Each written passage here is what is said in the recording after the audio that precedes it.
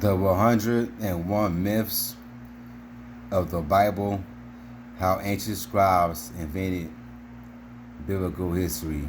I'm going to read myth number. Myth 2. God initiated creation with a spoken word or a spoken commandment. The myth, and God said, Genesis 1 verse 3. And the reality of that verse, the reality, the initiation of creation by spoken word. As you can see, what I've been telling you guys, spoken word comes from the Egyptian creation myths. The whole Genesis concept,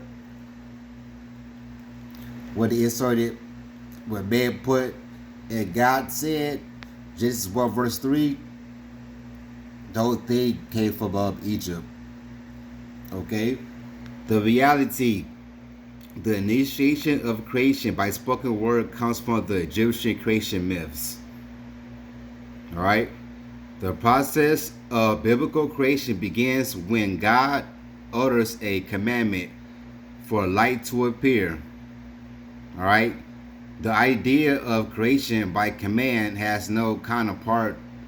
The Mesopotamian creation myths is just a creation myth in Genesis.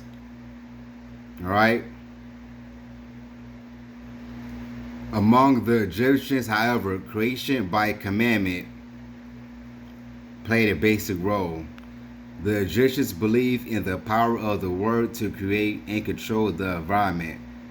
And many Egyptians texts speak about creation beginning with verbal commands. Like how God commanded the creation by spoken commandment word. The whole concept, what I just read, came from the ancient Egyptian. They text. Okay? Many Egyptian texts speak about the creation beginning with a verbal command. One describes a man as the one who speaks and what should come into being comes to being. Another text describes Ptah in a similar manner when it says, accordingly, he thinks out and commands what he wishes to exist, a reference to the actions of Aten. Atum is nothing but Pharaoh, another word for Adam. Adam is Pharaoh. Atum is Adam. Okay? A reference to the actions of Atum in the creation process tells us he took initiation in his mouth and the Theban creation scheme after a man initiated creation. He first appeared in the form of the four primary elements.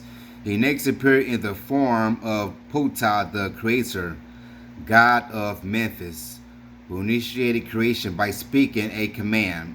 Okay, that whole commandment stuff came from the Egyptian people in your holy mythical Bible.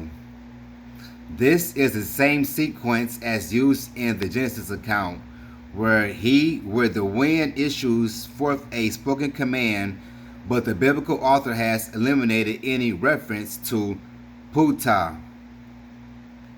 Okay, the whole verse is going back to the Egyptian god Ptah. Okay, as the speaker and merged the Memphite creator deity. The creator stuff is nothing but it's a deity. It's not real. Creator deity Ptah with the Theban creator deity Amen. This distinction, however, is only cosmetic, since in the Theban view, Amen, the wind, and Ptah, the speaker, are both forms of the same deity. So I just suppose with that concept of when God said in Genesis 1 verse 3, And myth 2, where the whole concept came from. The initiation of a creation by spoken word comes from the Egyptian creation myths. It's getting exposed on all angles.